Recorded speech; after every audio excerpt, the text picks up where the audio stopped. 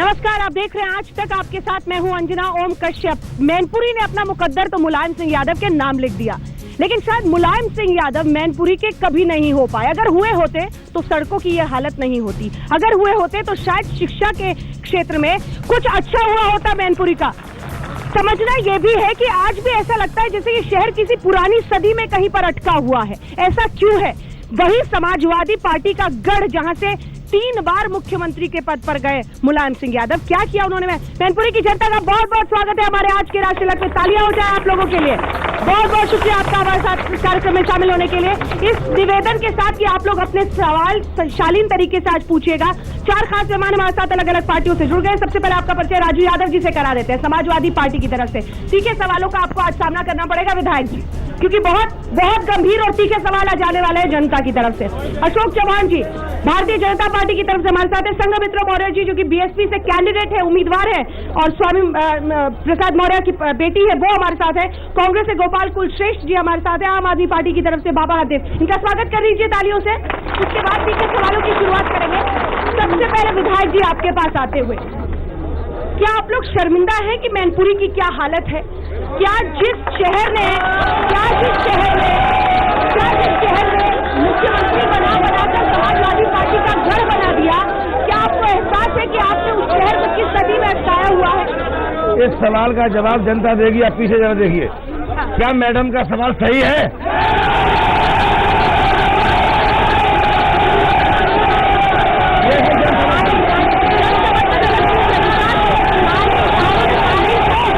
मैनपुरी में मुलायम सिंह यादव के अलावा किसी ने कुछ किया ही नहीं आज तक। अगर किसी ने किया तो एक काम गिना दे, सिंगल वर्क गिना दे। कितने लोग ये मानते हैं कि मैनपुरी में जितना काम होना चाहिए था नहीं हुआ?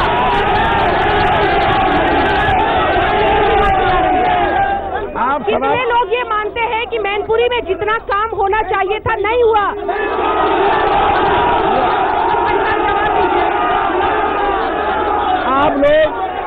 आप लोग पहले सवाल सुनिए। सुन लिया विधायक जी, पहले सवाल सुनिए। कितने रीटेक कराइएगा? मैनपुरी में जो काम हुआ है वो किसने कराया है? चलिए ठीक है। अब कुछ और सवाल लेते हैं। ये नरेंद्र मोदी साहब की लहर की जो बात हो रही, सवाल सुनिए। नरेंद्र मोदी साहब की लहर की जो बात हो रही है, क्या ऐसी कोई लहर उत्तर प्रदेश में दिखती है? हाथ उठाइए। कम से कम मैनपुरी में नहीं दिखता। आप सवालों और जवाब का मैं आपके पास आना चाहती हूँ। फिक्सिंग कर ली आपने? नहीं, फिक्सिंग कर ली। फिक्सिंग नहीं की। फिक्सिंग की।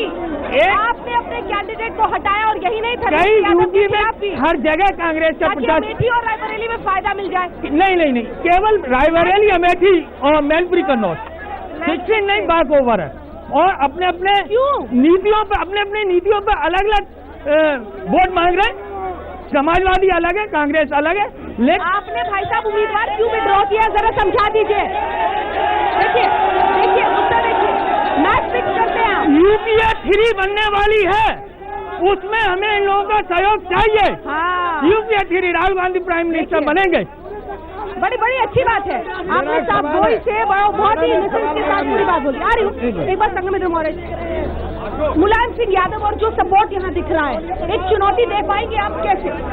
बिल्कुल चुनौती दे पाएंगे। जैसा कि आपने शुरू में ही क्वेश्चन कर दिया था कि जिस तरह से समाजवादी पार्टी का ये गढ़ है, उस तरह से काम नहीं हुआ है, वो आपने खुद देखा होगा, इसीलिए आपने सवाल रखा। ये यहाँ पर उनके कुछ कार्यकर्ता बैठे हुए हैं जो हू हल्ला करके उनको दिखा रहे हैं।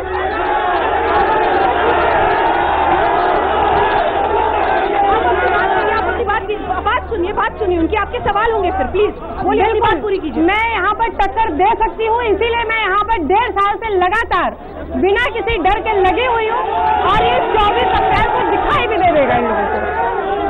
सर आपके पास आते हुए सवाल वहीं पर आकर अटक जाता है कि यहाँ पर तो क्लीन स्वीप है, तो क्या कर रहे हैं आप लोग? हैं बिल्कुल क्लीन स्वीप नहीं है। पूरे देश में मोदी जी की लहर है, और मैनपुरी भी उससे छूटा नहीं है। पूरे उत्तर प्रदेश में मोदी जी की लहर है। मुलायम सिंह यादव ये कहते हैं, आपको सवाल नहीं सुनाई। मुलायम सिंह यादव ये कह रहे हैं कि खाली टीवी पे और अखबारों में दिखते हैं मोदी, उत्तर प्रदेश में नहीं दिख रहे मोदी। पूरे उत्तर प्रदेश में 60 सीटें भारतीय जनता पार्टी जीतेगी, ये मेरा विश्वास है। और मैनपुरी में भी भारतीय जनता पार्टी जीतेगी। मैनपुरी में जीतेगी, फिर से बोलिए। बिल्कुल मैनपुरी में भारतीय जनता पार्टी जीतेगी। मुलायम सिंह यादव को हरा पाएंगे बीजेपी के कैंडिडेट। जल्दी आप कुछ बोलना चाहते हैं? इनसे आप ये पूछिए क्या जमानत बचा पाएंगे अपनी? जमानत बचाएंगे नहीं बचाएंगे, आप ही ये जवाब दे दीजिए। ये जो कांग्रेस के साथ फिक्स्ड मैच चल रहा है, वो यूपीए 3 के परिकल्पना के साथ क्या कर रहे हैं? मतलब समाजवादी पार्टी का साफ मानना है कि देश में बड़े नेताओं को संसद में पहुंचना चाहिए, इसलिए समाजवादी पार्टी ने 2 सीटें छोड़ी हैं। चलिए ठीक है,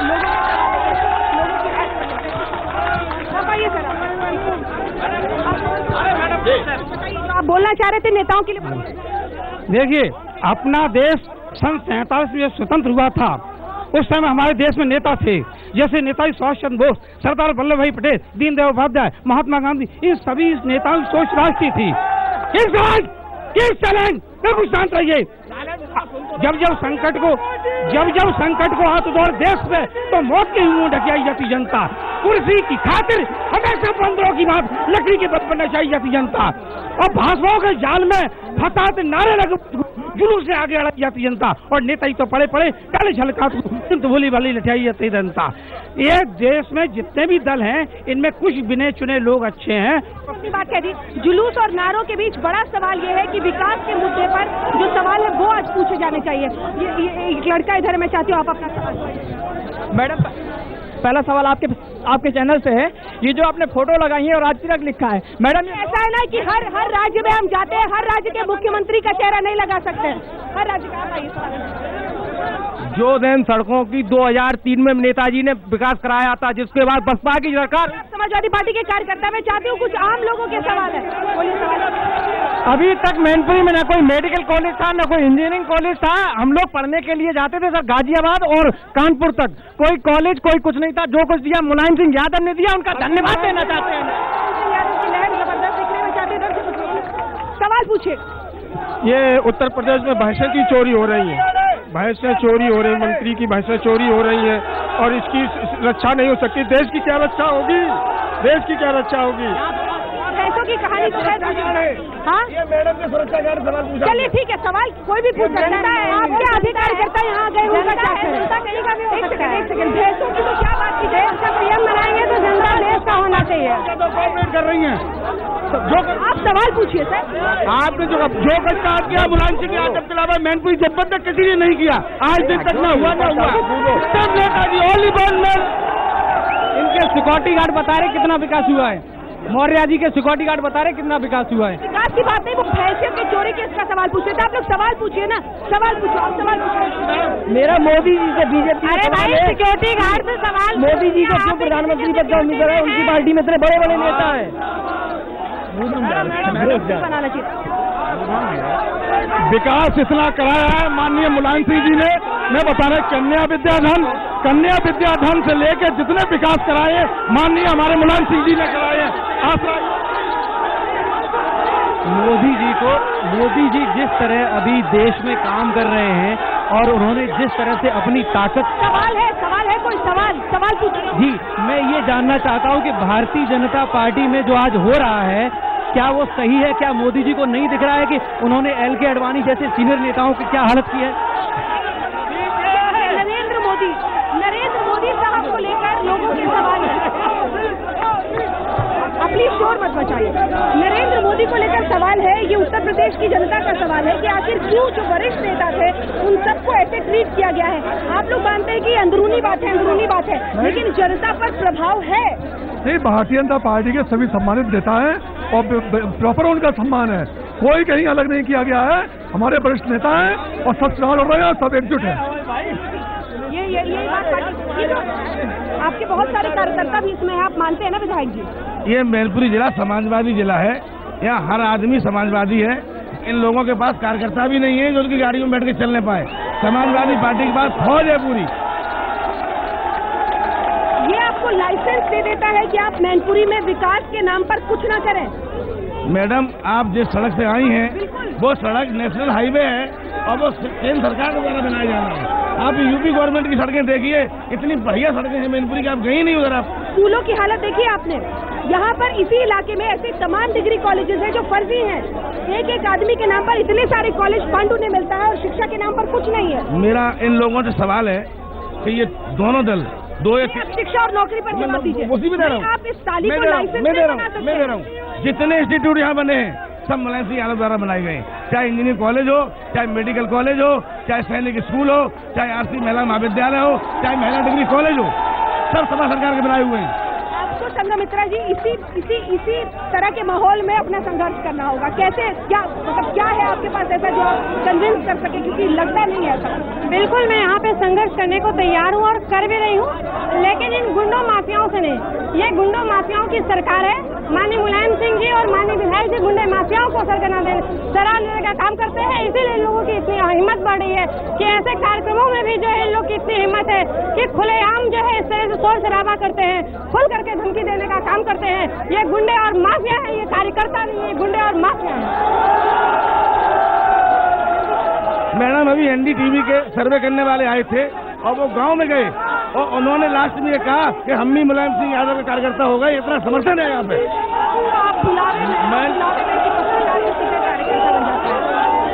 आम आदमी पार्टी की तरफ से बाबा हरदेव इस बार कैंडिडेट है।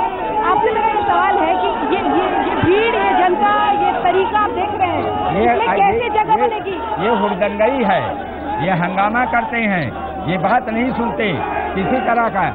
इस मैनपुरी में उद्योग शून्यता है, कोई उद्योग धंधा नहीं यहाँ चल रहा है, बेरोजगारी चरम पर है, यहाँ पर रेलवे कनेक्टिविटी नहीं है। मैनपुरी से अगर किसी को दिल्ली, मैनपुरी से लखनऊ जाना होता है तो बस केवल साधन है। नकल माफिया माध्यमिक शिक्षा बिकी हुई है, नकल करा के बच्चे पास होते हैं, ये आगे कोई नहीं काम कर पाएंगे। और सुरक्षा, भय, आतंक इसी तरह हंगामा करके भय और आतंक पैदा किए हुए हैं। और इलेक्शन कमीशन ने कहा है कि पूरी मैनपुरी लोकसभा कंस्टिट्यूएंसी संवेदनशील हो गई है, अत्यंत संवेदनशील। वहाँ पैरामिलिट्री फोर्सेस लगा के ये हुड़दंगई इतनी है। इस बार ये बेईमानी और भ्रष्टाचार के खिलाफ ये बुराई है। बेईमान, भ्रष्टाचारी, ईमानदार प्रत्याशी को सब लोग चाहते हैं। इस बार इनका सफाया करेंगे सब लोग।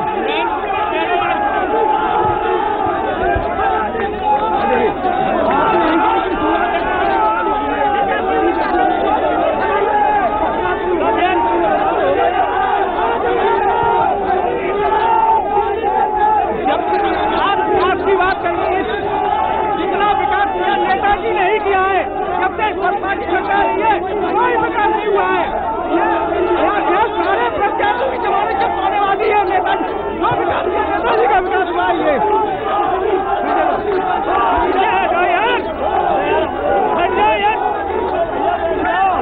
मैं आपसे ये कहना चाहता हूँ, मोदी बोल होते तो गुजरात में, उसके बाद मोदी कहिए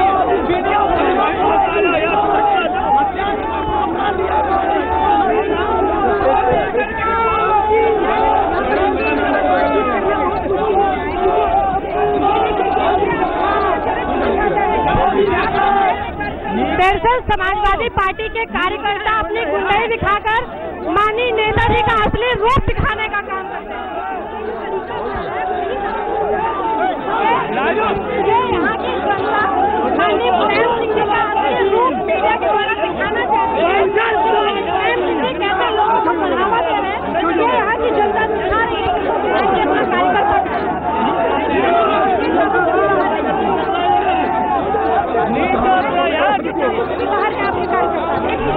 इसमें कोई कार्यकर्ता नहीं है, जवाब तो देना पड़ेगा। कार्यकर्ता है, जवाब देना पड़ेगा। क्या नेताजी के खिलाफ क्या है? एक भी कार्यकर्ता नहीं है। क्या हट जाइए सब लोग, मैं रिक्वेस्ट कर रहा हूँ, हट जाइए, हट जाइए सारे लोग, हट जाइए, हट जाइए, हटिए सारे लोग, हटिए सारे लोग। अरे यार ये इमेज अच्छी, हट जाइए, हटिए, ये अच्छी इमेज होनी जा रही है।